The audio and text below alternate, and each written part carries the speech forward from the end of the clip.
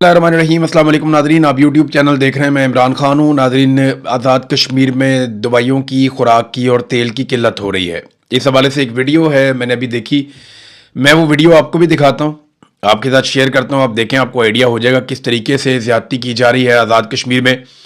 क्योंकि जब BBC ने इसको रिपोर्ट किया तो पाकिस्तान की हुकूमत ने, चाहे वो PMLN की और पीपल्स पार्टी की वफाकी हुकूमत है, चाहे वो पीपल्स पार्टी की आज़ाद कश्मीर की हुकूमत है, वो दोनों ने मिलकर ये कहा जी कि ये BBC की रिपोर्टिंग गलत है। अब मैं आपको सबूत दिखाता हूँ, बहुत सारे सबूत मौजूद हैं, लेकिन सिर्फ एक नौजवान की बनाई हुई वीडियो, ये ज़रा आप देखिए और सुनिए कि इस वीडियो में क्या हो रहा है। भाईजान, ये ट्रक क्यों खड़े हैं? जाने नहीं दे रहे। कौन नहीं जाने दे रहे? पंजाब पुलिस। पंजाब पुलिस नहीं जाने दे रही।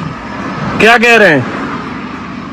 बंद करो खाना पीना। अच्छा, क्या कह रहे हैं? इनका खाना पीना बंद करो, कश्मीरियों का बंद करो।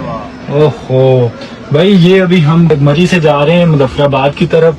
जितना भी राशन आजाद जम्मू कश्मीर की तरफ जा रहा था, यहाँ पे पंजाब पुलिस ने ट्रक रोके हैं। ये देखें, ये राशन के साथ लोड है। ये आजाद जम्मू कश्मीर में जाने नहीं दे रही। ये नौजवान जो वहाँ से गुजर रहे थे, उन्होंने ये वीडियो बना के सोशल मीडिया पर डाली है और ये वीडियो भी सर्कुलेट कर रही है। और बहुत सारी वीडियोज़ हैं, कुछ मुझे भी लोगों ने भेजी हैं। तो अब आप अंदाज़ा करें कि ये क्या रियासत के करने का काम है कि तेल बंद कर दो, दवाइयाँ बंद कर दो, खुराक बंद कर दो। इससे क्या मोहब्बत पैदा होगी? इससे तो शदीद नफ़रत पैदा होगी। इससे तो ये लोग आपसे नफ़रत करेंगे। वहाँ ख़वातीन हैं, बच्चे हैं, बुज़ुर्ग हैं, बहुत सारे बीमार हैं, उन्हें दवाइयाँ चाहिए, बहुत सारे लोगों को खाना पीना चाहिए। आप क्या चाह रहे हैं कि अवामी एक्शन कमेटी के ऊपर वहाँ के अवाम गोली चला दें और ये आपस में लड़ पड़े वहाँ के अवाम? या आप खुद अब गोली नहीं चलाना चाहते, खाना जंगी करवाना चाहते हैं? यानी खुराक की किल्लत तो गज़ा में पैदा की जाती है। ये चीज़ें तो मकबूजा कश्मीर में भी हमने नहीं सुनी कि वहाँ पे खुराक ही बंद कर दी लोगों की। ये बहुत अफसोसनाक है। इसको जितनी जल्दी ख़त्म करें उतना बेहतर है। अफसार आलम समेत और उनके अलावा कई जर्नलों का जो पैगाम लाने वाले जो सहाफ़ी हैं, जो फारवर्ड एज रिसीव कर देते हैं, जैसे ही मिलता है वैसे ही उसको पैगाम को फारवर्ड करते हैं। उन टाउटों ने बहुत सारी चीज़ें क्लियर कर दी हैं, जिनमें 3 मेन चीज़ें हैं। ये याद रखें, आज़ाद कश्मीर के तमाम लोग, मिलिट्री एस्टेब्लिशमेंट ने 3 चीज़ों के हवाले से बड़ा क्लियर पैगाम पहुंचा दिया है। ये पैगाम आप सुन लीजिए। नंबर 1, उन्होंने कहा जी कि कलअदमी रखा जाएगा अवामी जॉइंट एक्शन कमेटी को। ये कलअदमी रहेगी, ये फैसला एस्टेब्लिशमेंट ने कर लिया। नंबर 2, ख्वाजा महरान, शौकत नवाज मीर, उमर नज़ीर कश्मीरी और सरदार अमान से कोई बातचीत नहीं की जाएगी। उनके तो मैंने आपको पहले ही बताया कि डेथ वारंट ही उनके साइन कर दिए गए हैं और इनमें से एक पर गोली भी चल चुकी है। यानी जो अब तक सामने आया उस पर गोली भी चला दी गई थी और वो जो उमर नज़ीर कश्मीरी हैं वो अभी भी ज़ख्मी है। और नंबर 3 ये है कि मुतालबा तस्लीम नहीं किए जाएंगे। ख़ास तौर पे जो 12 मुहाजिरीन की नशिस्तों वाला मुतालबा है वो तो बिल्कुल तस्लीम नहीं किया जाएगा। और अगर कोई तब्दील करना चाहता है स्टेटस को तो वो फिर 2/3 अक्सरियत के साथ, पहले वो अपनी हुकूमत बनाए, फिर 2/3 अक्सरियत के साथ 12 नशिस्तें मुहाजिरीन की ख़त्म करे। अब बड़ी दिलचस्प बात यह है कि जब भी किसी ने 2/3 अक्सरियत हासिल करनी है तो ये 12 नशिस्तें उसको चाहिए होंगी। इन 12 नशिस्तों के बगैर तो नामुमकिनात में से है कि किसी के पास 2/3 अक्सरियत आ जाए। अब अगर एक पॉलिटिकल पार्टी हुकूमत बना लेती है तो ये 12 नशिस्तें अपने पास रख लेती है एस्टेब्लिशमेंट, तो वो कभी भी आइन में तरमीम नहीं कर पाएगी, तब्दीली नहीं ले पाएगी, 2/3 अक्सरियत पूरी नहीं होती। और ये 12 लोग अपनी सीटें हमेशा के लिए ख़त्म तो नहीं करेंगे, ये नहीं चाहेंगे कभी भी ऐसा हो। लिहाजा बड़ा बंदोबस्त किया है एस्टेब्लिशमेंट ने। लेकिन अगर सारी जमातें मिलकर एस्टेब्लिशमेंट से जान छुड़ाना चाहें, कोई ऐसा वक्त आ जाए पाकिस्तान में तो शायद हो जाए, वरना आज़ाद कश्मीर के ऊपर कंट्रोल बड़ा मजबूत है। लेकिन दूसरी तरफ आज़ाद कश्मीर के जो लोग हैं वो भी पीछे हटने के लिए बिल्कुल तैयार नहीं है। यानी लोग अभी भी बहुत बड़ी तादाद में धरनों में मौजूद हैं, एहतजाज में मौजूद हैं। और उन्होंने कॉल दी थी, वो बढ़ने वाले थे मुजफ्फराबाद की जानिब, लेकिन फजल रहमान साहब ने कहा कि मैं सालसी करवाता हूँ, आप ये एहतजाज मुअख्खर कर दें। तो उन्होंने फजल रहमान साहब की दरख्वास्त के ऊपर अपना एहतजाज मुअख्खर कर दिया। लेकिन बार बार वो अपने जलसे जुलूसों में कह रहे हैं कि हम किसी वक्त भी आगे बढ़ने का ऐलान कर सकते हैं, हम मुज़ाकरात के लिए लचक दिखा रहे हैं, हमारे मुतालबा तस्लीम किए जाएं, वरना हम आगे बढ़ सकते हैं और दोबारा से एहतजाज शुरू कर सकते हैं। अब जब ये आगे बढ़ेंगे तो इनको रोकने की कोशिश की जाएगी, वहीं पर तसादुम होगा। और जब तसादुम होगा तो दोनों तरफ का नुकसान होगा, क्योंकि आज़ाद कश्मीर की ट्रेन ऐसी है, वो लोग ऐसे हैं कि वो मुज़ामत करते हैं और मुज़ामत के अंदर फिर नुकसान होता है। तो इससे अगर बचना है तो आसान तरीका ये है कि समझदार लोगों को आज़ाद कश्मीर के लोगों के साथ बिठाया जाए जिनका मुज़ाकरात में तजुर्बा है, जिनको समझ है, और मामले का कोई हल निकालने की कोशिश की जाए। शौकत नवाज मीर ने एक स्टेटमेंट जारी किया, उस स्टेटमेंट में आपके सामने रख देता हूं। मैं आपके साथ हूं, ना मैं गिरफ्तार हुआ और ना ही मैंने मैदान छोड़ा है। हालात और हिकमत अमली का तकाजा है कि कुछ अरसा आप लोगों से दूर रहूं, मगर मेरा दिल, मेरी सोच और मेरी जद्दोजहद आज भी आपके साथ है। याद रखें, हर मसले का हल लड़ाई नहीं होता। बाज़ औक़ात सब्र, हिकमत और दुरुस्त वक्त का इंतज़ार भी जद्दोजहद का हिस्सा होता है। वो वक्त ज़रूर आएगा जब हमारे ऊपर लगाए गए दहशतगर्दी के तमाम इल्ज़ामात इन्हीं लोगों को वापस लेने पड़ेंगे जिन्होंने ये झूठ गढ़ा है। सच को दबाया जा सकता है, शिकस्त नहीं दी जा सकती। अपनी सफ़ों में इत्तेहाद, नज़्म ज़ब्त और हौसला कायम रखें। हमारी जद्दोजहद हक, इंसाफ और अवामी हकूक़ के लिए है और हक की आवाज़ कभी खामोश नहीं होती। ये पैगाम दिया है शौकत नवाज मीर साहब ने। पाकिस्तान पीपल्स पार्टी ने एक बड़ा ज़बरदस्त काम किया है। बिलावल करता यह है कि वो कौमी असम्बली में जाता है और जाके या कहीं पे अगर स्टेटमेंट देता है तो वहां पे बिलावल या पाकिस्तान पीपल्स पार्टी के लोग वो आज़ाद कश्मीर में जो कुछ भी होता है या हो रहा है इसका मलबा वफाकी हुकूमत पे डाल देते हैं कि शहबाज शरीफ के वज़रा ये कर रहे हैं, ख्वाजा आसिफ ने ये वाला स्टेटमेंट क्यों दिया, ख्वाजा आसिफ ने क्यों कहा कि रावला कोट के लोग कश्मीरी नहीं हैं। भी ख्वाजा आसिफ का जुर्म तो इतना सा है, वहाँ तो गोलियाँ भी चल रही हैं, बंदे भी मारे जा रहे हैं, वहाँ तो इंसानों के सरों की कीमतें भी रख दी गई। वहाँ की जो आवाम की एक मकबूल जमात है जॉइंट अवामी एक्शन कमेटी, उसके ऊपर पाबंदी भी लगा दी गई, उसे कलअदम करार दे दिया गया। ये सारा कुछ कौन कर रहा है? ये पाकिस्तान पीपल्स पार्टी की आज़ाद कश्मीर की हुकूमत कर रही है। फैसल राठौर उस हुकूमत का वज़ीर आज़म है। तो बिलावल बड़ी चालाकी के साथ ना ये साबित करने की कोशिश करता है कि वो तो अपोजिशन है और ये जो कुछ भी आज़ाद कश्मीर में हो रहा है इसके लिए जिम्मेदार बिलावल ठहरा देता है बड़े आराम से शहबाज शरीफ और उसकी हुकूमत को। लेकिन असल में इसके लिए जो बड़ा जिम्मेदार है वो बिलावल खुद है, क्योंकि बिलावल पीपल्स पार्टी है और पीपल्स पार्टी की आज़ाद कश्मीर में इस वक्त जाली हुकूमत है और वो वहाँ जालसाजी के साथ वो तमाम इकदाम कर रहे हैं, चाहे वो उनके रहनुमाओं के सरों के ऊपर इनामात रखना हो, चाहे उस जमात को कलअदम करार देना हो, चाहे फोर्सेस को दावत देकर आज़ाद कश्मीर में बुलाना हो, चाहे बार बार क्रैकडाउन करना हो, गोली चलानी हो। इन तमाम फैसलों के पीछे जो एक फोर्स खड़ी है वो पाकिस्तान पीपल्स पार्टी है। लिहाजा भी इस फैक्टर को नज़रअंदाज नहीं कर सकते। नादरीन, एक नया चूरन पाकिस्तान में बेचने की कोशिश की जा रही है। आने वाले दिनों में बड़ी शद और मद के साथ ये चूरन बेचा जाएगा। एक तो ये साबित करने की कुछ टाउट्स कोशिश कर रहे हैं कि आसिम मुनीर बहुत जमहूरी है, यानी आसिम मुनीर शहबाज शरीफ को स्पेस देते हैं, वो बहुत जमहूरी है। तो ऐसा बिल्कुल नहीं है। आसिम मुनीर जहां मौका मिलता है वो वहां घुस जाते हैं। वो बिल्कुल जमहूरी सोच उनकी नहीं है। वो अपने हलफ की खिलाफ वर्जी करते हैं।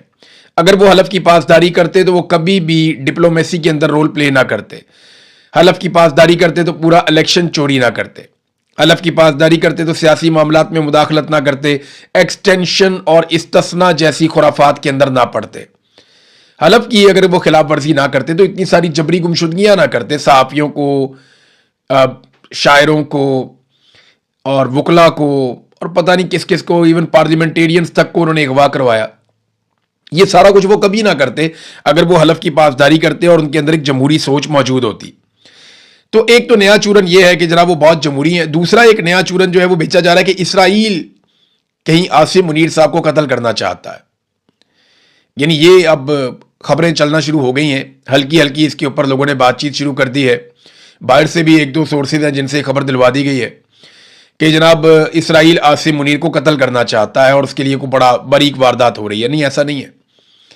इसराइल को आज तक पाकिस्तान में अगर कोई हुक्मरान सबसे ज्यादा सूट किया है तो वो आसिम मुनीर है। मैं आपको वजह बताता हूं कैसे। आसिम मुनीर साहब पाकिस्तान के वो वाहिद हुक्मरान हैं जिनके दौर में इसराइल के खिलाफ एहतजाज करने वालों पर गोली चली है। आसिम मुनीर साहब पाकिस्तान की तारीख में वो वाहिद हुक्मरान हैं जिनके दौर में इसराइल के ऊपर या उसके मंसूबों के खिलाफ आप एहतजाज करने निकलें तो आपको गिरफ्तार किया जाता है, आप पे गोली चलाई जाती है, आपके ऊपर सख्ती की जाती है, आप पर छापे मारे जाते हैं, आप पर क्रैकडाउन किया जाता है।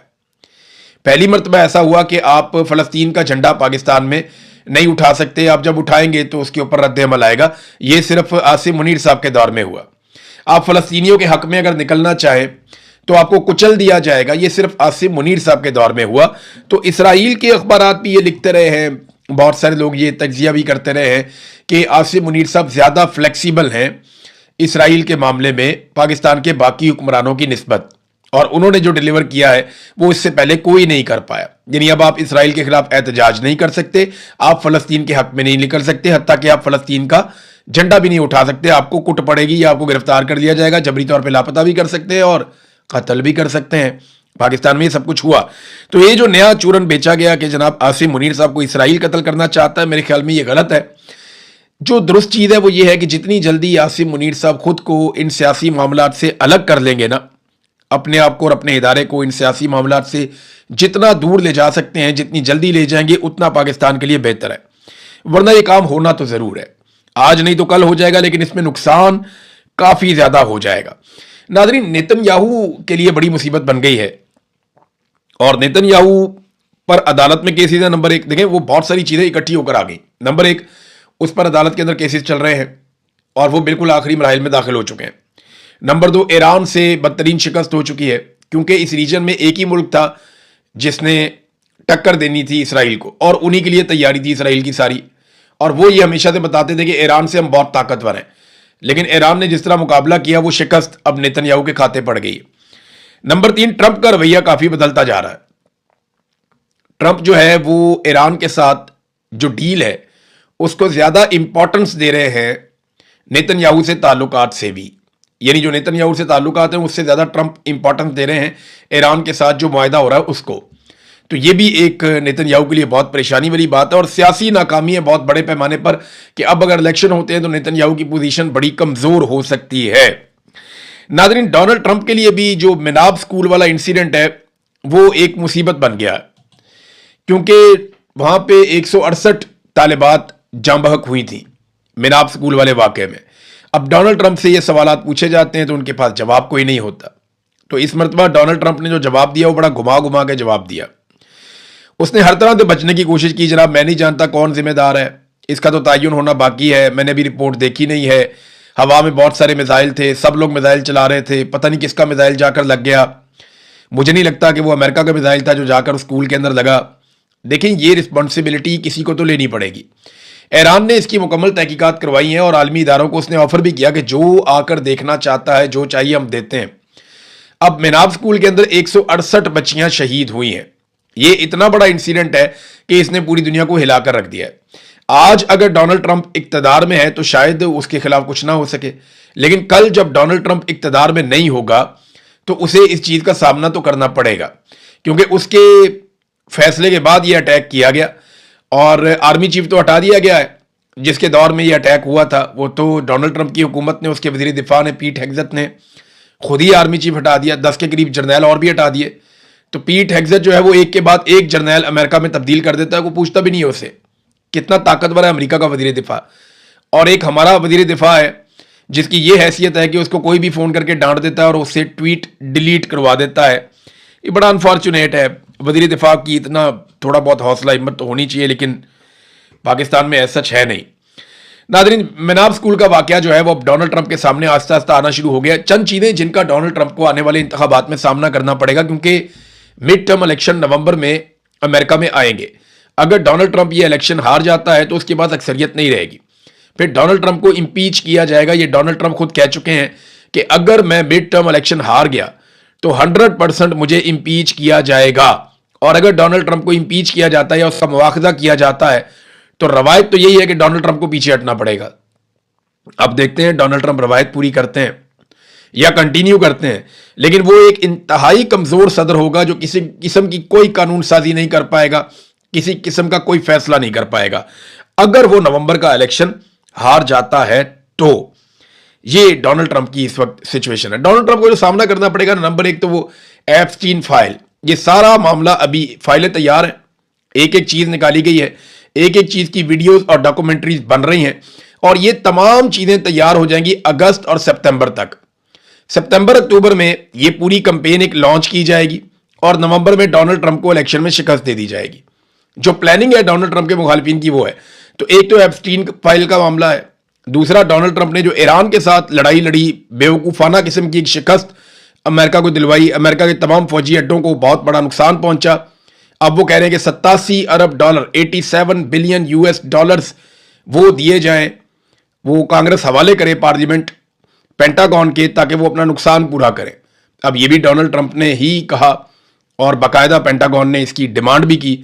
तो ये हो गई दो चीज़ें। तीसरा, ये महंगाई जो बढ़ी है और डोनाल्ड ट्रंप के जो इकदाम हैं, जिस तरह उन्होंने अमेरिका को चलाया, उस पर भी लोग काफ़ी नाराज़ हैं। चौथा, जो मुसलमानों का एक बहुत बड़ा वोट डोनाल्ड ट्रंप को मिला था, पाकिस्तानियों ने बहुत बड़ी कंपेन की थी कि इमरान खान को हर हाल में आज़ाद होना चाहिए। तो डोनाल्ड ट्रंप ने सबसे वादा किया था कि जनाब हम इमरान खान को इंसाफ दिलाएंगे और जुल्म और ज्यादती जो पाकिस्तान में हो रही है उसके खिलाफ बात करेंगे। लेकिन फिर फील्ड मार्शल डोनाल्ड ट्रंप के फेवरेट बन गए, क्योंकि हुकूमत जो होती है आपके पास, तो आपके पास ऑफर करने के लिए बहुत कुछ होता है, बेशुमार चीज़ें होती हैं। पहले रोजाना खबर आती थी, आज फलाना मिला डोनाल्ड ट्रंप को, आज फलाना मिला डोनाल्ड ट्रंप को। हमें फोन करके ओवरसीज बताते थे कि आज ट्रंप ने ये कह दिया, आज ट्रंप ने ये कह दिया। लेकिन फिर आप देखें, जब ट्रंप को ऑफर्स मिली पाकिस्तान की जानिब से, तो ट्रंप ने पैंतरा बदल दिया, वो फैक्टर भी नहीं। तो डोनाल्ड ट्रंप के लिए बहुत मुश्किल है नवंबर का इलेक्शन जीतना, या तो कोई बहुत बड़ा मुआवजा हो जाए तो वो इलेक्शन जीत जाए। नादरीन, वेनेजुएला में जो जलजला है, जिसके बारे में मैंने आपको अपने पिछले वीलॉग में बताया था, अभी तक जो लाशें मिली हैं वो 190 के करीब है। जो इब्तदाई तखमीने आए थे और फौरी तौर पर जो लोग माहिरीन हैं उन्होंने कहा था कि 10,000 से जायद और 1 लाख तक भी उन्होंने खदशे का इजहार किया था कि लोग जाँ बहक हो सकते हैं। लेकिन अभी वो उस तरह नहीं नुकसान हुआ, लेकिन नुकसान बड़े पैमाने पर हुआ है। अब तक 190 लाशें जो हैं वो निकाली जा चुकी हैं और लगातार रेस्क्यू का काम जारी है। तो अभी अगले 24-48 घंटों में हमें बिल्कुल समझ आ जाएगी कि वेनेजुएला में कितनी शिद्दत का जलजला था, कितना नुकसान हुआ और कब तक वो रिकवर करेंगे। अब तक के लिए इतना ही। अपना ख्याल